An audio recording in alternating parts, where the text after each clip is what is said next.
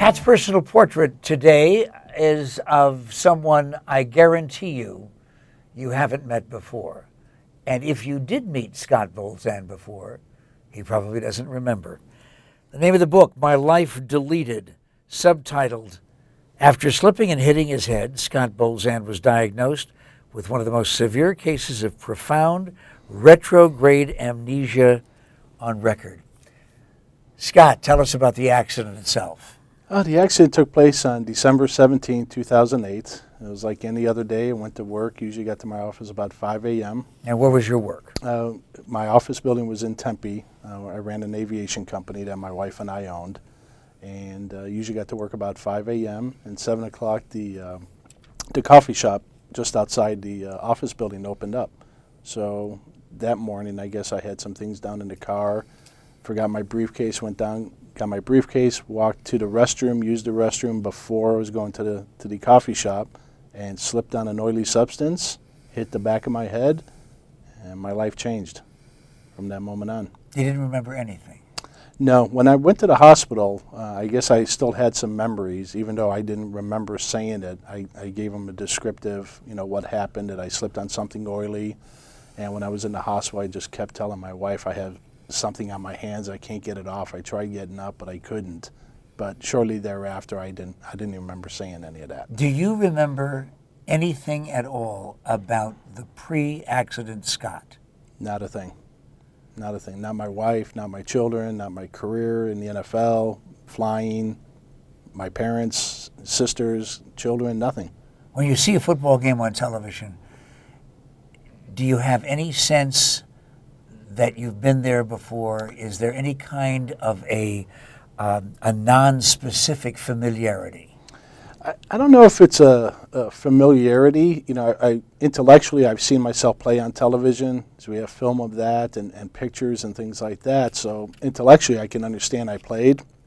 But when I see the game of football, it doesn't seem like something I would do. It doesn't seem to fit my personality. And so I have no emotional attachment to playing the game. So when I watch football, I watch it differently.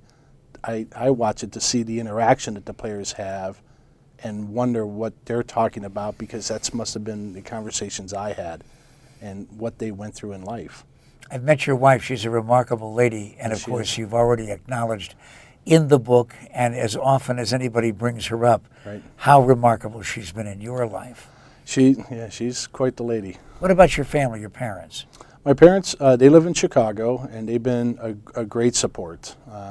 They filled me in on my life prior to me meeting Joan. Was it difficult then for them to even conceive, them being able to understand that you perhaps would never, ever know them as you did before? Yeah, I think they view it a little bit differently, that they look at me, and because I don't see them but a couple times a year, so they look at me, they see I look the same, I talk the same, I walk the same, so they view me as normal, but that I just can't remember anything, and they seem to be okay with that. But it's hard for me to not know my parents on an intimate level, to know when I look at them, I could see that they raised me, that I had to have been like them, but I don't know how. Because I have to believe that, because I have two children of my own, that they have to be like me and Joan. Talk to me about rediscovering Joan as the love of your life for how many years before the accident? 24 years. And rediscovering your children. How did you do that? It was hard. When I first saw Joan was in the hospital, and she had came and introduced herself to me and said, hi Scott, I'm Joan. And much by the instruction of the nurse, and gave me a big warm hug and kiss.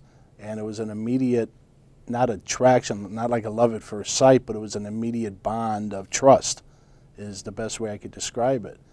And she never left my side in the hospital, and she hasn't left my side since. And my two children, they came later on that night in the hospital. How old were they then?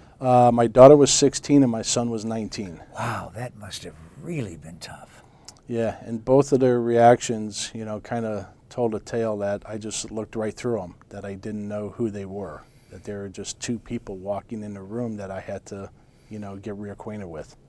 But getting reacquainted with your children is different than getting reacquainted with somebody that you can eventually evolve into another love affair, a brand new sense of romance. Right. How do you get to be a dad again?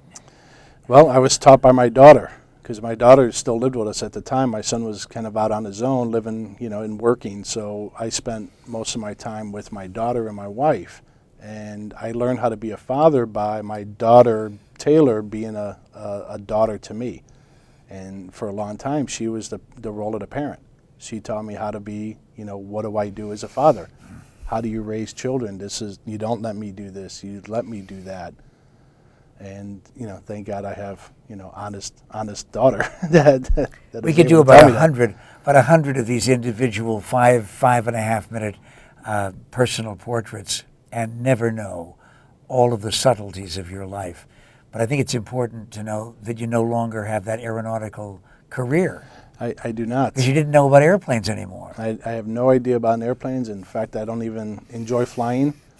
I just flew back from Dallas the other day, and it's a lot of anxiety when I have to fly. And Do you want your memory back? I do. I do. So most importantly, so I know who I am. All the goals, dreams, that I once had. I want to meet the old Scott.